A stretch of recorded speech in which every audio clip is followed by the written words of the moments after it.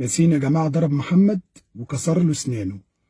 طبعا اتصل عليا المستر عشان الحق ابن العاشق الولهان. العاشق الولهان جه.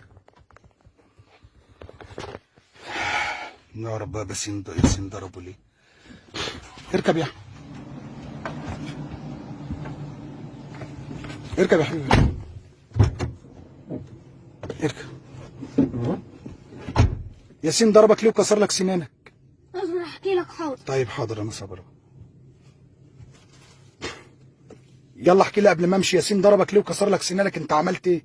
حاضر اقدر احكي لك. حاضر. طيب خلينا نقعد طول النهار، انا صابر اهو. حاضر يا رومانسي يا حبيب.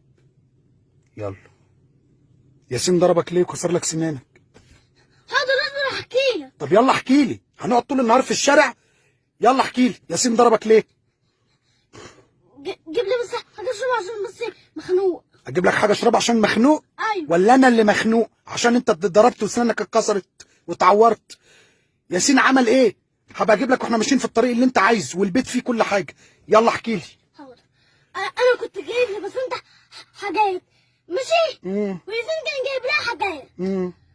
فبسنت وياسين بتاخد من ياسين حاجات اللي حاجه واحده خدتها منه.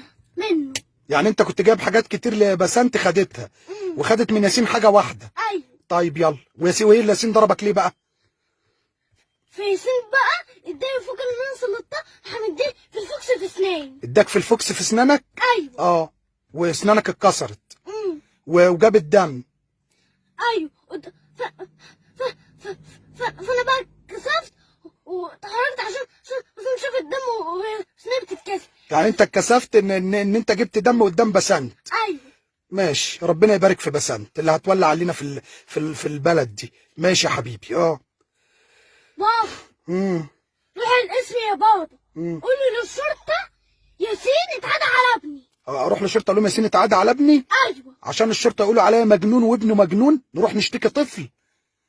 بابا وياسين ده طفل، ده ياسين ده بلطجي، ياسين ده عمره ما يبقى طفل، ياسين بلطجي. ما هو عنده 6 سنين زيك وزميلك، يعني طفل. الشرطه مش هتصدق كلامنا. وانت قلت لي مش تتخانق مع حد في الدرس ولا تعمل اي مشاكل في الدرس. فانا بقى سمعت كلامك عشان خاطرك.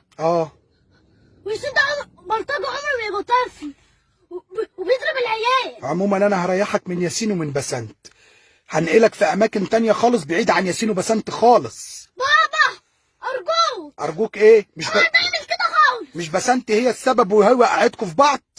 مش بسنت يعتبر السبب؟ بسنت مش لها ذنب خالص. مش لها ذنب خالص؟ أيوة. هنقلك ولا هتشوف بسنت ولا هتشوف ياسين تاني.